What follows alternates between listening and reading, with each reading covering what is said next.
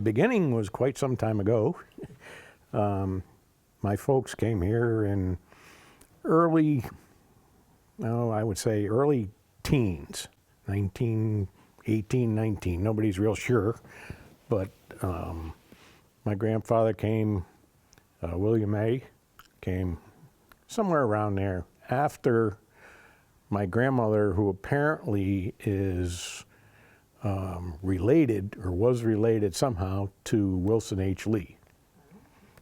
And I don't know, I just heard that a week or so ago. But so at that point, I guess Wilson H. Lee had contacted them. They were in Vermont. He graduated from University of Vermont. My grandmother graduated from University of Middlebury University, I guess, in Vermont. He was from New Hampshire. She was from Vermont. I think they got together sometime when he went to college.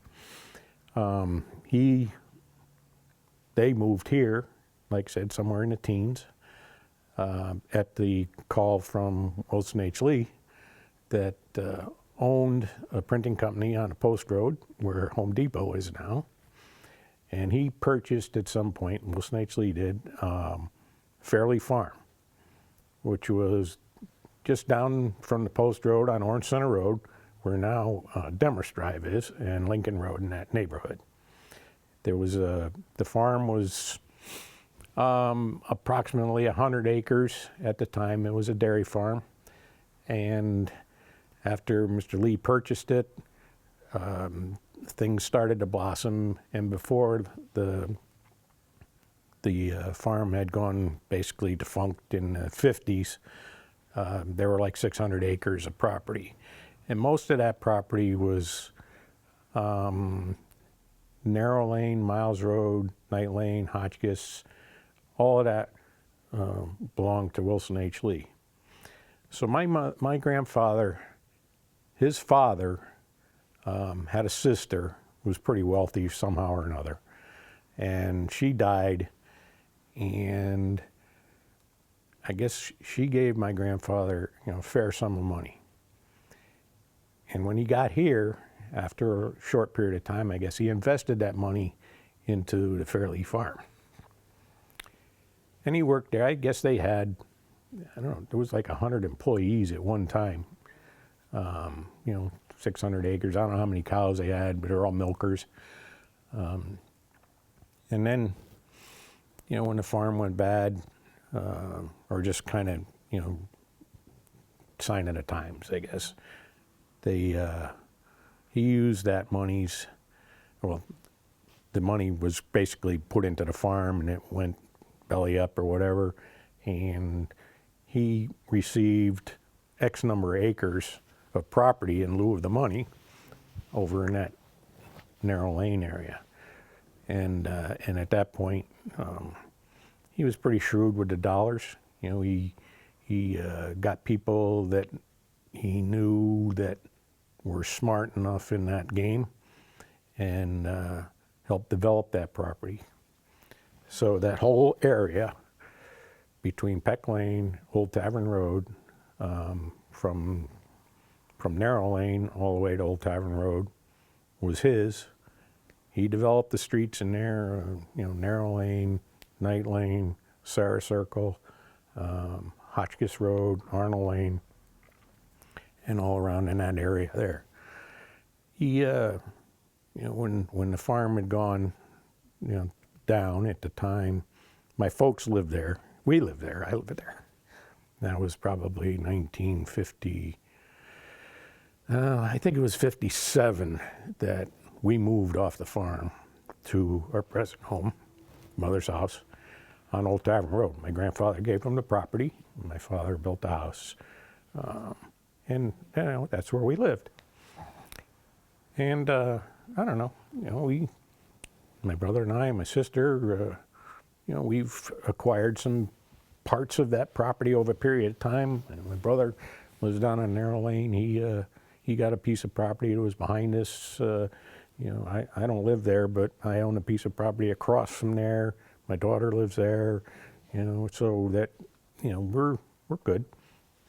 And, So get back in the fairly farm time, probably around 1923 or 4 in that neighborhood. I guess there became a need for some kind of a fire department. And at that time, there were just, several people around the town, which are not close, they were spread out all over the town, to, come up with something. So in 1925, they incorporated the Orange Fire Department. And when they did that, of course, the corporation has to have several principals, I believe. It used to be 3. I don't know what it was then. And at that time, they appointed my grandfather as the first chief. A little sidebar back before we get started there is when he was working on the farm, the house on the corner of Old Tavern Road and Orange Center Road used to be the first district school in Orange. And that house is Jim Zioli's house. My father was born in that house. Oh my God. 1925. Oh, sorry. So anyhow, back to the firehouse. In 1925, they incorporated and basically got down to the point in 1926, I believe they bought a used fire engine from somebody. And the firehouse was not here. It was down the bottom of the hill where used to be Cadwell's, we used to know it as, but it was Scobie's, store, yeah. And at the same place there was a small barn that used to belong to the railroad, and there used to be a railroad station in there. So they stayed in that building until this building was built in 1935 by the WPA. And for those that don't know much about the WPA, that was Work Progress Association or Administration.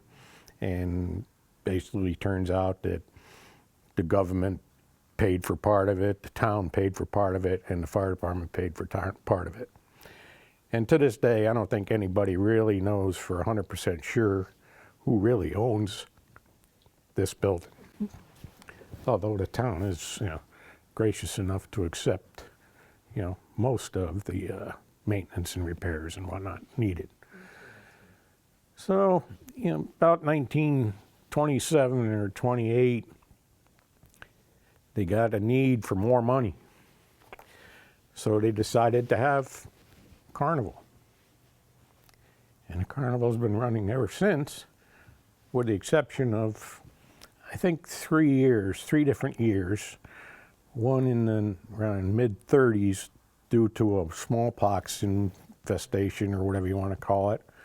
Another one during the war, and then the last one just during this past virus. So that's been running for, whatever that number of years is. I didn't count them, but anyhow, it's quite a while. And so that's what's supporting the department right now, basically. And then, through the years, my grandfather was chief up till probably 1945. Along come Chris Winkle. He ran from 45 to someday in the 50s, I believe, later 50s. Henry Torsolini was next. He only ran for about a year. Earl Becker came after him. He ran, I want to say probably at least 15 years. I'm not 100% sure. And then after him was my father. In 19, I would want to say probably 83 or 4, 1983 or 4. And he was good until he died, 1988. At that point, Assistant Chief John Capsolaccio took over for the balance of my father's term, and then one more year after that. At that point, terms were only 1 year long. And then John didn't run again. Next with him was Ken Mitchell Sr., He run for, I think, 5. I think at that point we changed to 2-year terms. And he ran from that period of time, which is probably right around 1990, I guess, to like 95 or 6. And then it was my turn in 1996. And I ran until 2002. I don't know, I was getting to the point where my knees were killing me. You know, I couldn't get up in the middle of the night and walk. Kind of important. And our business was pretty much flourishing, very much. So it was hard to leave during the day. So I figured it's probably as good a time as any to, you know, get out of here while I can, which I did in 2002. I'm still a member. I don't participate much, but I'm here. I can be here if I have to be. And then was after myself, Charlie Sherwood. He ran for a term, and he's busy in the Haven with his job. And then came my brother-in-law, Charlie Gagel. He ran for, well, he said he was going to run for 10 years, but he didn't get that far, I don't think. I only think he went for 8. And after him, I guess my brother took it at that point, John. He ran for I think he ran for 4 years. And then it was Vaughn's turn, who's the current chief. So, you know, it's pretty much in the family. I don't know, it's, you know, my wife was involved. She was in for 14 years worth. She was the first female to do something, you know, to really do something. She was a truck driver. She got a school bus, she drives that. She learned, you know, when she drove the bus, when we got married, she drove our bus. She worked for Chris Winkle for a few years. And then I happened to get a contract through Amity. And I drove for Amity for, I don't know, almost 20 years, I guess, maybe longer than that, I'm not sure. And when my father died, I drove for him for a little while, and my mother actually. And then they had a downturn in population, I guess, so that they didn't need so many buses. And my bus was the last bus on. I was the first one off. But in the meantime, she had driven for Chris. She had driven for myself. She had driven for my father. You know, when the school went out, she drove for this one and that one. But then again, back in, I don't know, sometime or another, after a couple of years after I got through, she was able to pick up the contract again at Amity. So she did that. And then sometime along the line decided that, well, I think when Jimmy Zioli got through at Orange because of his job here, he was a driver, she took his contract. I think it was she took. And she's been on Orange since then, still there. So, you know, we're involved a little bit. You know, I'm not involved like I used to be. I don't really need to be. You know, I got my things I want to do and no time to do them in. You know, business is still busy. I was going to say, and talk about the business, because that's really something. Well, the business was, my father started the business in roughly, I want to say probably 1952. Prior to that, he worked for your father in the excavation business. But he started in the milk house at the farm. That's where we lived. And worked in the basement there fixing lawnmowers. And I guess that probably got a little too small. So he purchased, I think my grandfather helped him, purchased a piece of property down at Post Road, where we are now, from Ray Buckles, who owned the farm behind the shop. And we've been there since 1954. And the original building, if you were to ever go in that place, if you've never been in there or been in there, the showroom of the building where we are now is the original building. Everything on that, everything after that was added to the building at some point in time. So now it's we got tenants and we've got this and we've got space and not enough space and a lot more work than we really want to do at this point. We get older, but we work harder. That's something wrong with that. Well, there's no retirement plan. The retirement plan is really in the pits.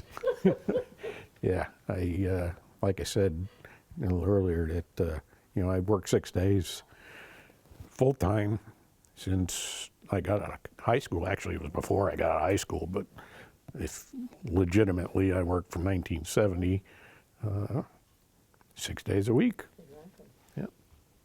Now I got 5 days a week, part of my retirement.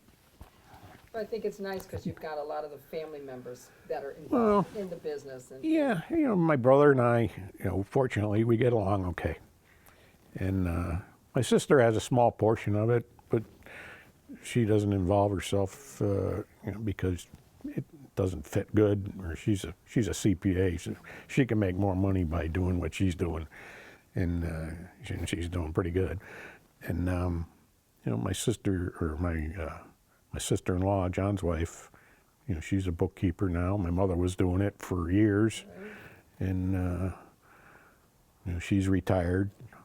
And that's John's got 2 boys there that we're hoping that they would, maybe take over the business at some point in time.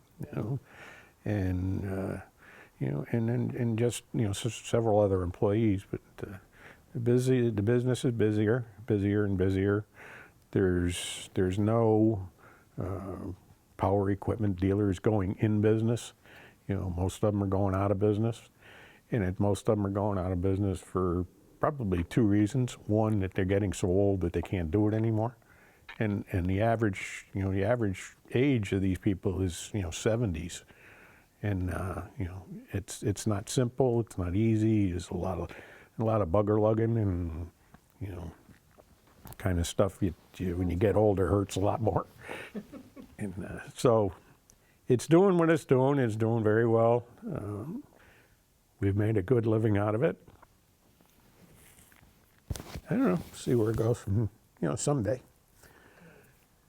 Other than that, I'm still here. Well, and you've been such an asset to the town, and your family has been such an asset to the town. And I think that goes way back to your work ethic, and as you're saying, you're working 6 days a week. Yeah, that's what you do. Yeah, and work that's hard. like you say, you mentioned work ethic, and that's a problem today. And We could go on and on about that. I bet we could, but I don't think we will. Might say the wrong thing. Oh, but Fred, really, do you guys have any questions? Because sometimes, you were magnificent. I'm really, and you know what? I sit here and I think about what a great gift you're giving your family. That to me is huge. All that information, all that history, all that knowledge. Yeah, there's probably a lot more, information in there. My brother knows more about, my the Knight side of the family. Mm-hmm. My mother's side of the family was the Fredericksons. My grandmother was just a housewife. She did work part-time for Schubert Theater as a seamstress. Oh, wow. My grandfather worked for the railroad, Haven Railroad, for his whole time he was alive, pretty much. Aside from after he retired, I don't know how old he was when he retired, but he was a brakeman, so he wasn't terribly nimble at 96 when he died. So, but he lived with my mother for a while after after my father died. Actually, my grandmother died way back when, and so he lived with my mother for a while until he died, and then that left her with nobody. But it is what it is, part of life, So they didn't really have a great impact on the town, although my grandfather did belong to the fire department. But other than that, they were low key. They weren't real well off. They was able to build his house, able to build his garage, and he loved to go scrap metaling. He would he'd come to the shop, he would take home the junk, and he would break it all apart and put this kind of metal in that bin and that kind of metal in that kind of bin, and and then when he got enough of it, we would go over and load it up, and then we would go down to the Kazowitz brothers down on Front Avenue in West Haven, and he loved to dicker with those people there or argue with them. It's probably more like it, but they always want to lowball you when you go there, and he'd squeeze them, but I don't think he got what he should have got, but he had fun doing it, and that was his hobby. That was his hobby. Good. Other than that, Fred, you gonna have an old car in the parade? We've got a parade coming up in June. I guess I haven't Yeah. heard about it, but Good. I had one in the first parade. That's why I'm saying this. I think, yep, we're gonna have to think, get one. And we heard of someone who sat in a rumple seat in your parade car back 50 years ago, one Lynn Plaskowitz. who at When that my point car not was a moved. pickup truck. All right, well, there was one in the family. It was someone had a one with a rumple seat. No, Well, I don't think so. we- I got two with rumble seats now, and I had one when I got married, which is yeah, when I was 47 years Oh, ago, good. but that wasn't roadworthy. And the other one we didn't get till later. excellent. But Well, good. Well, anyhow, we'll look forward to seeing Right. them at this parade then. yep, I'll get something. I was kind of thinking about it the other day to drive that same pickup truck. Yep, that's always good too, definitely. Excellent. Good. Do you want to talk about the Sesquicentennial at all? And your memories of it? Well, the Bicentennial was fun, and that's probably one of the, one of the more important things this town did, and probably one of the things you would remember the most. Never really involved in the work. My wife was involved in it. She was where you had a queen and a king. Right. Well, she wasn't the queen. She was the next step below, whatever that is. Okay, And she did that throughout that thing, and that it was a memorable thing. It was. And you see it come on TV every occasionally, and you sit there and I've seen this, but I'll watch it again. Yeah, yeah. That's good, and hopefully this one does It's gonna be just as well. different. It'll obviously be different, no question about that. But it can't duplicate something like that. Going to be a lot more, a lot more activity on the post road, and if you decide to go down the post road again, I don't know if that's feasible Well, nowadays, but I think everybody was amazed that we were able to close down the post road for the yeah, parade. well, it didn't really matter then. Yeah, You didn't yeah. have traffic like you have today. That's it. So That's it. but that was a fun thing. It lasted all year long. This one's probably going to be a little shorter, but This will be spread out. yeah, Yeah. it was really memorable, and I don't think my wife or I will ever forget it. Oh, a lot of people. She was involved. I wasn't, but Yeah. I was involved because she was, or because I had to be. So the post road was a lot different back then, right? Oh my God, yeah, yeah. This the post road was, you would call it desolate today. Exactly. And it was. All the Yeah, vacant lots. a lot of vacant lots, yeah, and then a lot of those buildings that were then are gone. We had a big fire in one of them there, the old Jim Dale store there where Dip Top is, and pretty much killed that building on a winter day, about 2 degrees out, snowing and wind blowing. It was beautiful, that was. And, but it was probably for the better in the long run. The building they put up now is, it's a lot cleaner. That building was kind of getting kind of ragged, and it was a lot of wasted space building too, which then again didn't never really matter that much. But and then you got all these big corporate places that came along and bought up property, big buildings on it. Now the challenge is to keep them full.